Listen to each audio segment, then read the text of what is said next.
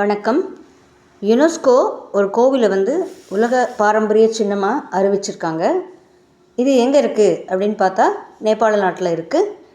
எப்படி கட்டியிருக்காங்க அப்படின்னு பார்த்தோம்னா பௌத்த கட்டிடக்கலை அந்த முறையில் கட்டியிருக்காங்க. கட்டினது யார்? கிமு 325வது வருஷம் லிச்சாவி வம்ச மன்னன் ஹரிதத்தா வர்மனோட காலத்தில் இது கட்டப்பட்டிருக்கு அப்படின்னு சொல்கிறாங்க. இந்த கோவிலோட கதவு, ஜன்னல், கூரையெல்லாம் பார்த்தோம்னா தங்கம் கலந்த செப்பு தகடால் வடிவமைச்சிருக்காங்க. 2 கருங்கற்கள் அடுக்குகளை வச்சு இந்த கோவிலை கட்டியிருக்காங்க. இந்த கோவிலில் திருமால், விஷ்ணுவோட சிற்பங்கள் அதிகமாக இருக்குது.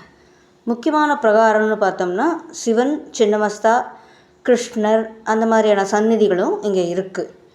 இந்த கோவிலோட கூரை ரொம்ப சிறப்பாக திருமாலோட 10 அவதாரங்களை நமக்கு உணர்த்தும் முறையில் அமைச்சிருக்காங்க. மேற்கு வாசலோட எதிரில் பார்த்தோம்னா சங்கு சக்கரம், கட்கம், தாமரை அதெல்லாமும் செதுக்கியிருக்காங்க. திருமால் கருட வாகனத்தில் பறக்கும் சிற்பமும் இங்கே ரொம்ப அற்புதமாக இருக்குது.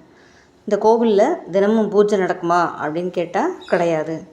ஏகாதசி, அஷ்டமி, நவமி போன்ற திதிகளில் மட்டுமே பூஜைகள் நடக்குது.